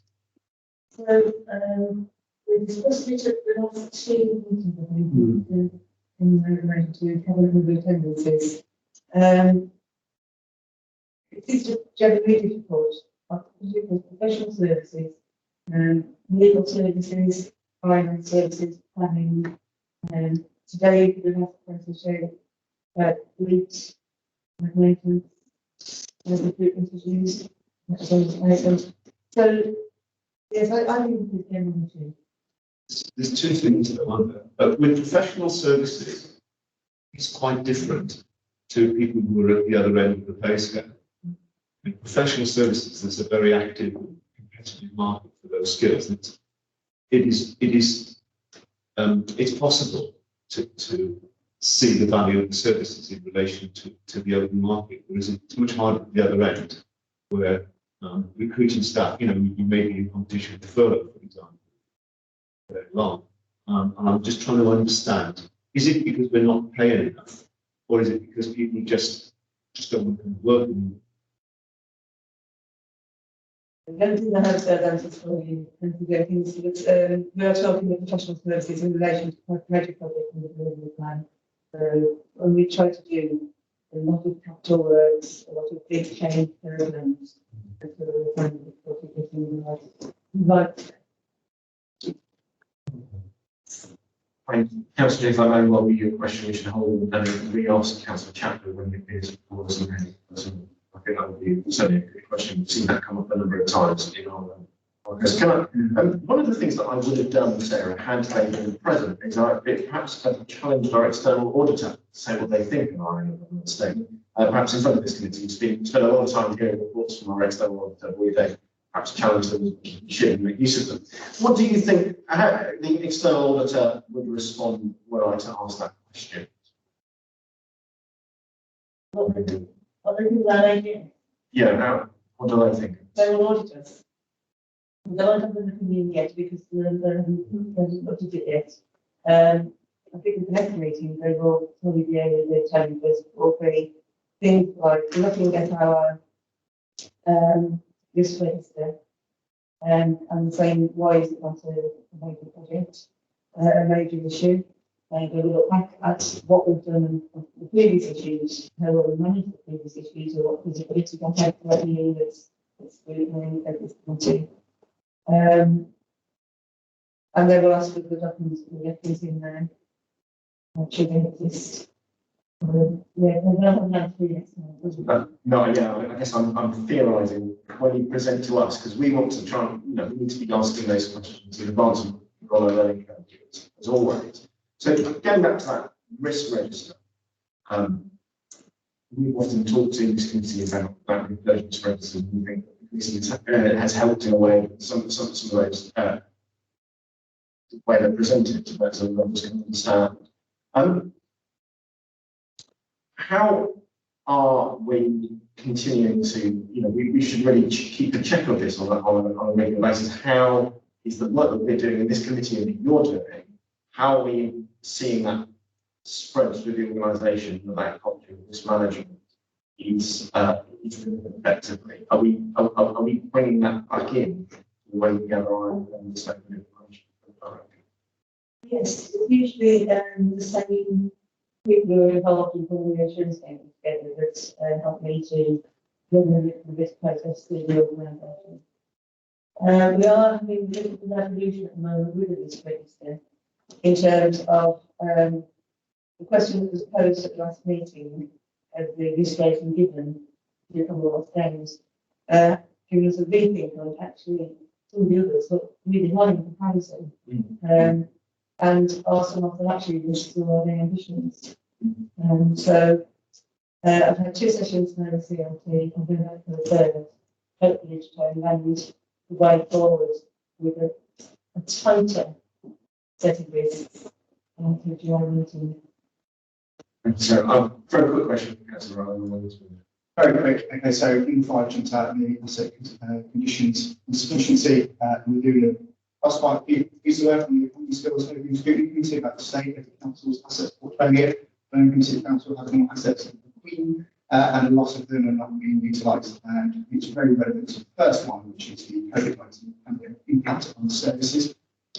So if you could expand, I suppose, in detail about, I'm pretty much to summarise what we're doing on these skills is the fact that during COVID-19, a lot of these assets that the council had preparing to be used for local community work in the third sector to help during the pandemic, and they can certainly help us with the recovery.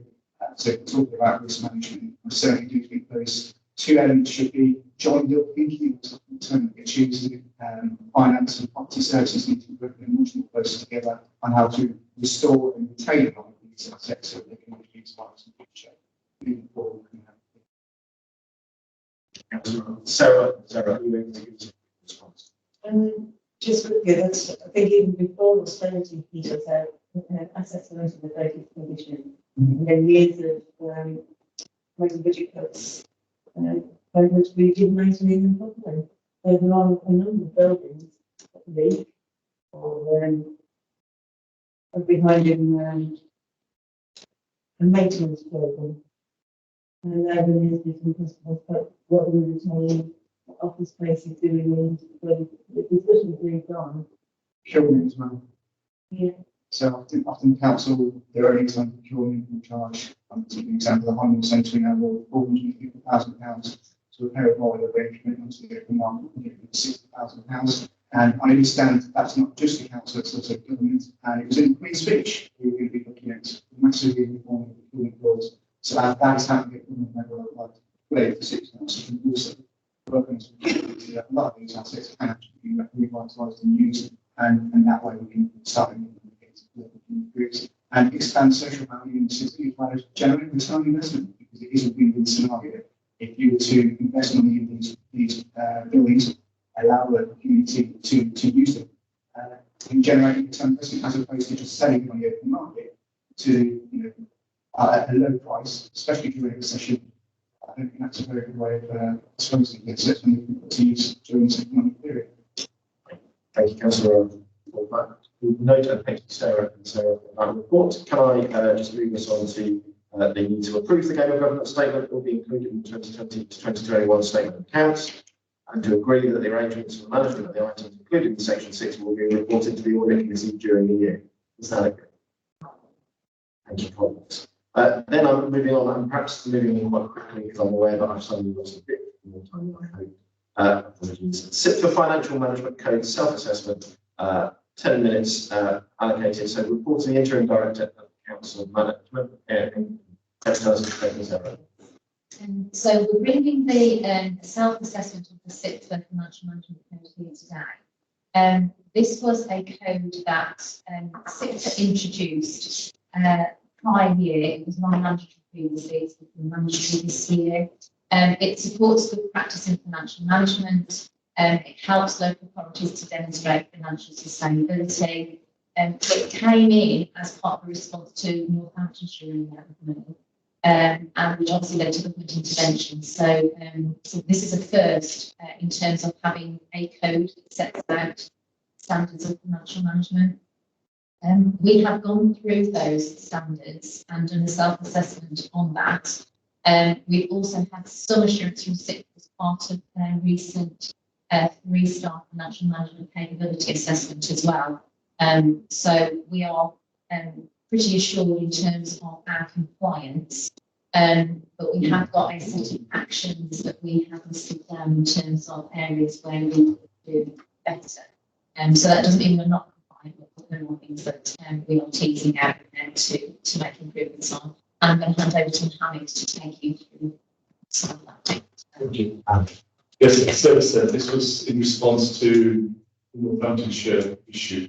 The question you raised is why weren't members aware of it and why weren't officers aware of what was happening and couldn't stop this early on. So in terms of self-regulation, the sector trying to preempt any action that might be taken in response to us. We come up with a set of principles, which is why there's always going to be room for improvement, which is what we want to do. So these are a set of principles and standards that we come up with that every council should be looking at and doing self-assessment. So we've done our self-assessment at the last financial year, and looking forward to everything mandatory.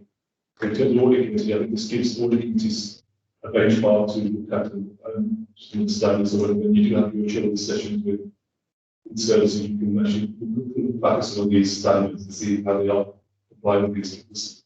It's not with the financial management code, it's just about the finance department, it's about embedding good financial management across the organisation. So one of the recommendations that we are looking at and making improvements on is about budget holding responsibility. So at the time of this assessment, we weren't adequately assured that we didn't have enough information whether how much budget holders were aware of things.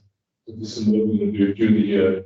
And we see the new ERP coming in as an opportunity to do some of that work, because that will then move us on to self-service. And that will be an opportunity to provide training and to get some assurance of how much self-service are they doing, how much content they will just stay on. So we generally thought we were green across the board. Our budget position is. We're also looking at the arrangements that exist in terms of what reports are we bringing to members, what actions are we doing based on those reports as well. What action, if there are issues, what actions are we taking, and are those being followed up? So we do report to Cabinet on a quarterly basis, to scrutiny on a monthly basis. So, and similarly on the budget setting process, we've got a process that is then scrutinised and we are able to set a balanced budget, not just for this year, but we also have projections going forward. We have plans in place to do that. So one of our recommendations obviously there is a structural deficit in the budget going forward. So what we will be doing in the next few years is trying to address that. So conscious of time, we'll go through that. So my kind of question, Ryan rating. So we seem to have quite a number of angles all coming up together in the M section on using appropriate document adoption and appraisal to demonstrate the value for money of its decisions. And we've got quite a number of members there. Are we struggling as a council still to understand how? No, I think that's. I think we are following agreement as much as possible. We have a business case templates and good business case, how our business cases do come to cabinet or cabinet bring the value, and those are the templates that are put out to appropriate level and do not distribute. What we're saying there is that we've ranked this Amber saying we think there's more work we can do that's within our kit to do. So we are strengthening the PMO transformation team. We are putting business case templates and providing guidance and support to business cases. So we're saying that over the next 12 months, we're hopefully going to strengthen that and make it stronger. So the Amber here means that there's work to be done that we can do. There's opportunities for us to do more work on. There is obviously opportunity to do green as well, so there's some work we will agree, but there's less opportunity there. But there's certainly scope here to really strengthen the PMO role appropriately. Thank you, colleagues. Councillor James. I was only going to say that in the end, it's up to the officers to bring issues to the members that should be considered. And a good officer, will know what to bring to the members, just like talking to the chief executive of a business. You don't present him with a 200-page report, say it's in there somewhere if you can find it. You say, right, boss, these are the 3 or 4 things that you really need to be thinking about. And I think this is good. This is for self-assessment. But I bet if anyone had done one of those, I bet it would have been green. Because the problem is that sometimes it's because people kid themselves and think it's green, and sometimes because it's politically expedient to say that it's green. So I wouldn't place too much reliance on it, but I think it's a good checklist to go through and test yourself. But I don't think we can see the fact that it is substantively green with some ambers as something that we can necessarily rely on. The onus is always on the officers to bring to the members those important things that they should be focused on. That's right. We did get SIPA to have a look at this based on this assessment that just recently did. We can go with some of our conclusions, but He said this is always going to be a moving picture, why we need to do this annually.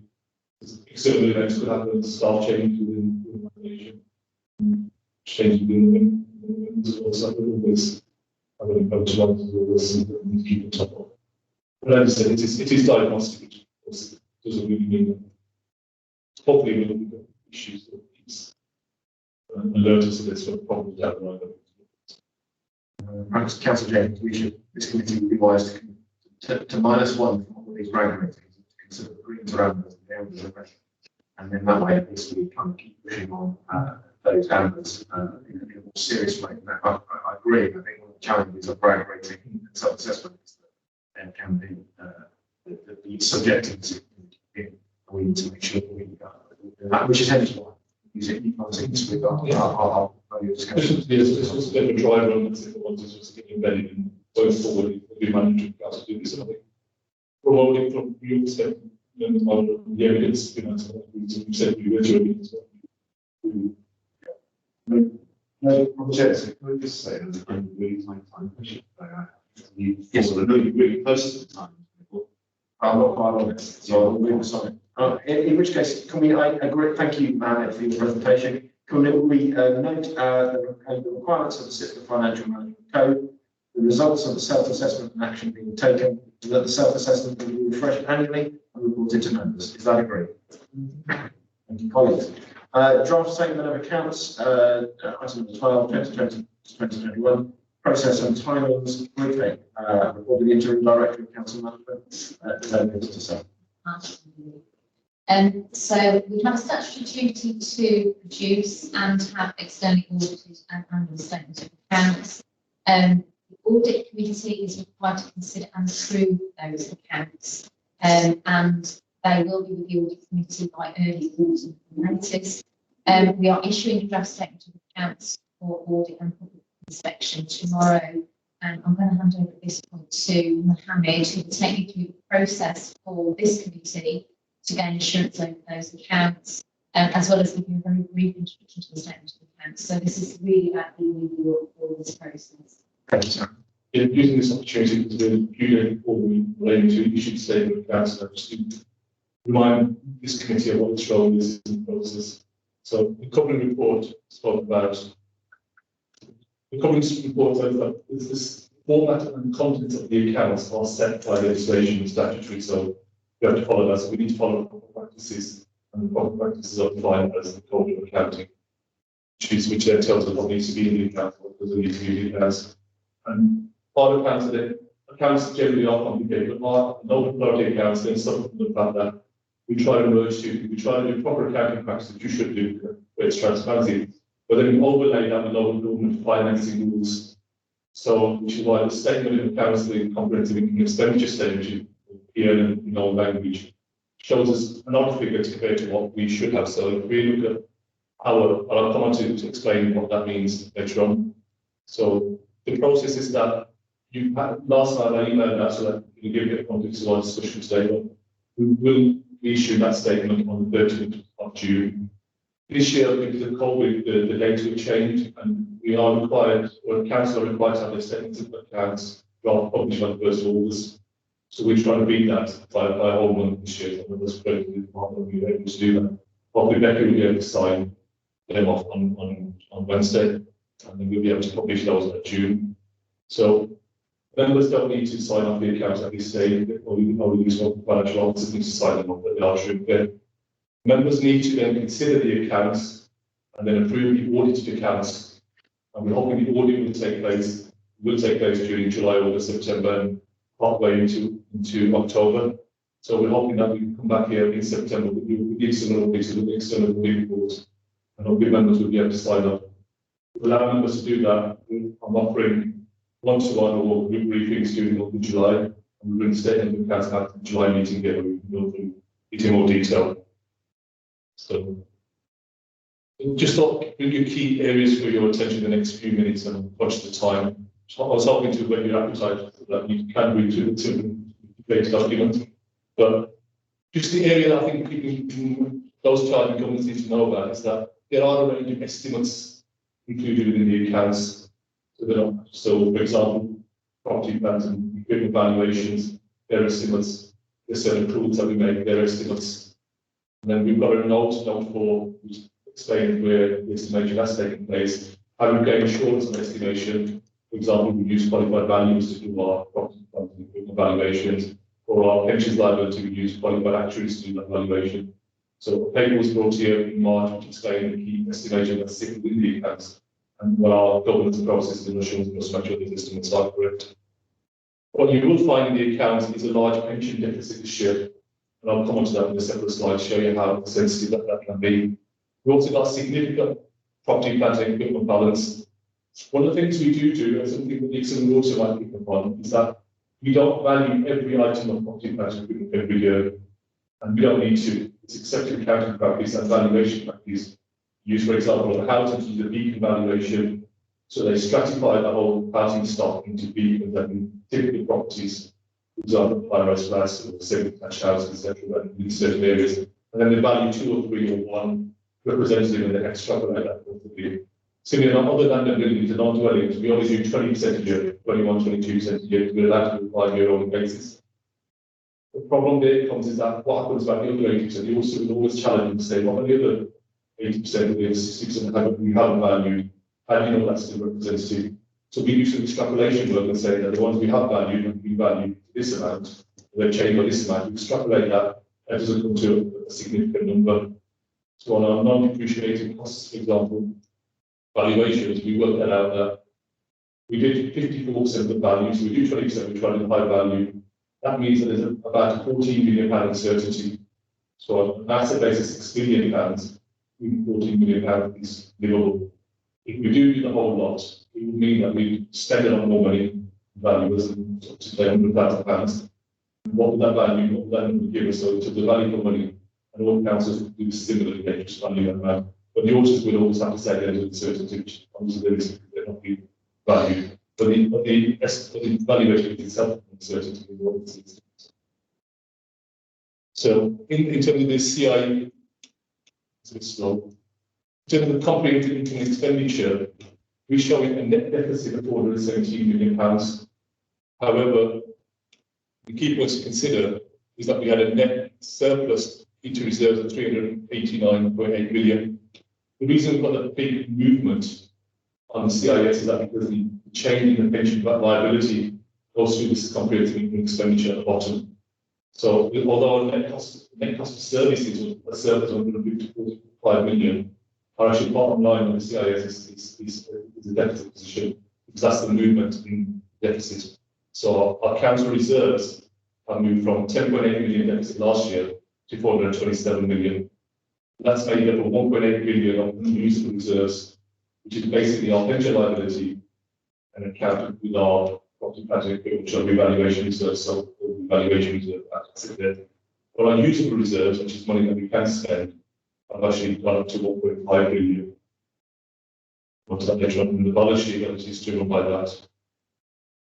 Key notes that I think you should look at, I guess notes 2 and 4, which talk about the critical judgments and source of estimation. So those are where we apply judgment to the estimations of the earlier. Notes 20 and 21 are the pension scheme. To understand why that massive liability has changed the pension fund. Note 31 and 32 are provisions that the council set aside for certain members of people pays our biggest provision, setting aside for that. And then notes 43, 44, 45 are members' allowances, officer remuneration, sensitive. So that's something we want to look at. And then obviously our accounts are group accounts. We do a single entity account, and at the back there's all 30 members of group account and consolidate a CVCO, the Children's Trust, the airport, as an interest as well, so we can show the full scope of council activities. So just to go on to the pension liability. Our liability has increased by £617 million. Comes up, but that's net of 2 figures. Our assets have gone up by £1 billion.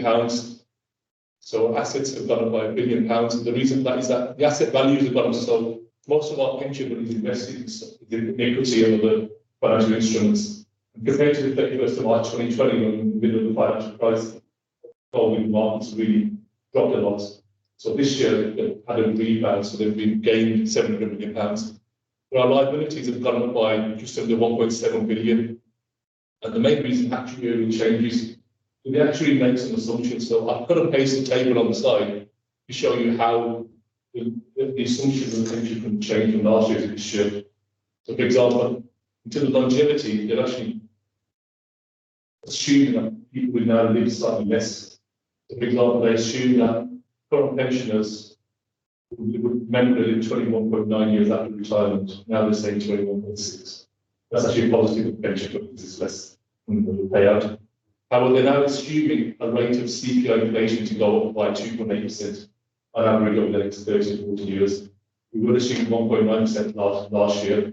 Obviously, with the impact of COVID and financial markets and the quantitative easing, there's a danger of inflation. I think we are seeing that come through the economy as well. As a result of that, obviously, the rate of pension, the rate of salaries will increase greater than we thought last year.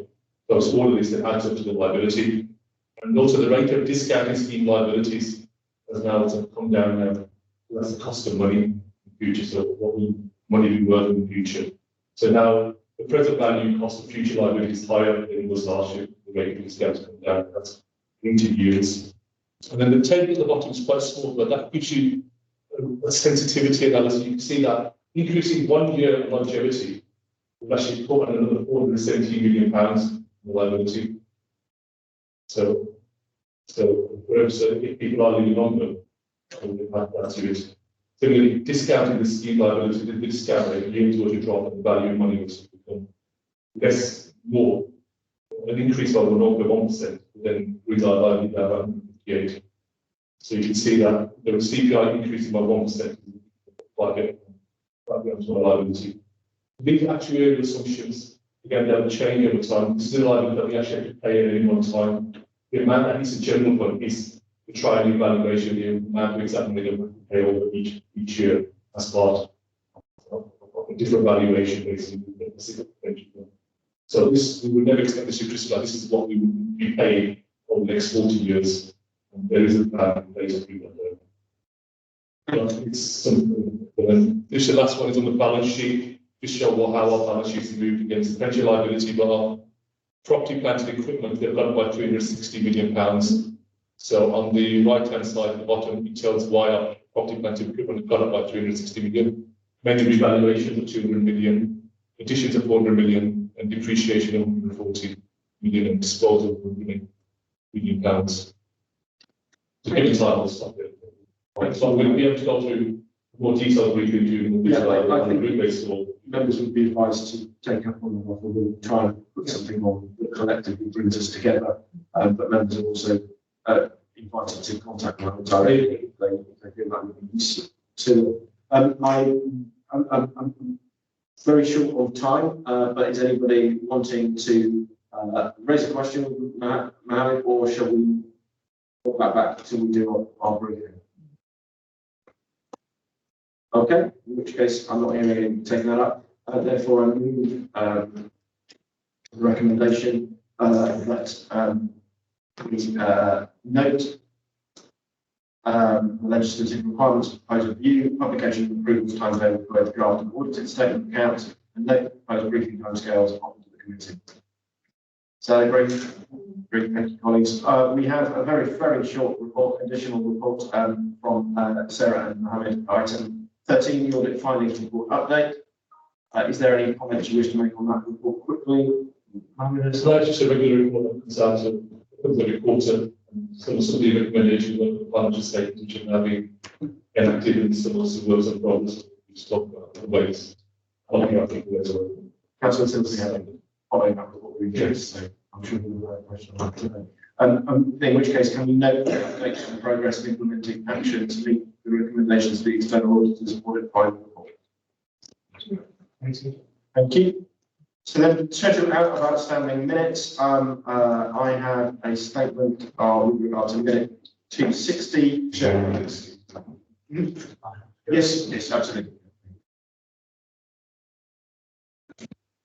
Still, I have a very quick statement on the independent advisor to the committee. So Councillor Jenkins, Councillor Tilsley and myself participated in a series of interviews with 3 candidates for the independent advisor role and successfully moved, following a formal process to offer that role to a gentleman named Andrew Hardingham, who's had significant experience working with audit committees and in finance, and get all the BCC gateways for procurement been successfully completed, and finally now being completed. Andrew's confirmed he's happy for his name to be shared with this committee, and he looks to start his contract with us on the 17th of July, following his return from holiday. And as was discussed with Councillor Tilsley and Councillor Jenkins in the interview process, the independent advisor will be available for any members of this committee to contact with regard to issues that they may bring to this committee and support their work on this committee. We'll do a proper briefing, proper explore of the role. We know who was appointed, but I think myself, Councillor Tilsley and Councillor Jenkins were very pleased with the high quality of all the candidates that applied, and we're very glad to go with Mr. Hardingham and look forward to working with him, and I hope colleagues will do too. I would reiterate that Andrew will be available for groups use without reference to the chair, so if the Conservative group wish to engage with Andrew, then they will need to do it through me. That makes sense. So that's that item to update members on. The assurance session, minute 279, 26th of the 1st, 2021, assurance session, cabinet member for children's wellbeing portfolio, and the council, the recommendation from that meeting was that the council transformation programme was to be shared at a future committee, and that is now scheduled for the 26th of July meeting, so our next meeting. There's a minute 305 from the March meeting. The notice for an information briefing to be arranged on group company governance and the scale of BCC subsidies and any guarantees given to be provided to members. So the 2 dates have been shared with members, 27th and 29th of July, and members need to make their availability, to confirm their availability to mandate to get that in people's diaries. Then minute 307, external auditors from our March meeting. The external auditors to provide the audit committee details of the fees charged for 2020-2021, and that was updated at the 27th of April meeting, and we've now approved those minutes of that item charged. And risk management update from the April meeting, minute 318. Formal statement to be provided to the audit committee around the reason for the rating of risk related to Commonwealth Games, and the chair of the Commonwealth Games audit committee to be invited at a future meeting to discuss the voting of council elements of the Commonwealth Games, and we will provide information on that at a future committee. So, thank you. And minute 325, open business independent advisor process. This was for the April meeting. That was on the process that the members from the Conservative and Liberal Group participated in that interview, and therefore that minute can be discharged as having completed. There's a set of meeting dates for the 2021 to 2022 meetings of this committee. And they're in front of members. I won't run through them now. Can I just confirm that we agree those dates? Colleagues. Other urgent business, to consider any items of business by reason of special circumstances to be specified in the opinion of the chair. Are matters of urgency? Does anyone have any matters of urgent business? No, and in which case authorities, chair and officers, in an open situation between meetings, the chair jointly with the relevant chief officer has authority to act on behalf of the committee. Is that agreed? Yeah. Well, thank you, colleagues. 7 minutes, I think, well, no, 5 minutes only. I apologise for that, and I look forward to seeing everybody in July, and we will hopefully have that briefing in hand before that meeting. Thank you. Well, we're all Mr. Beacon.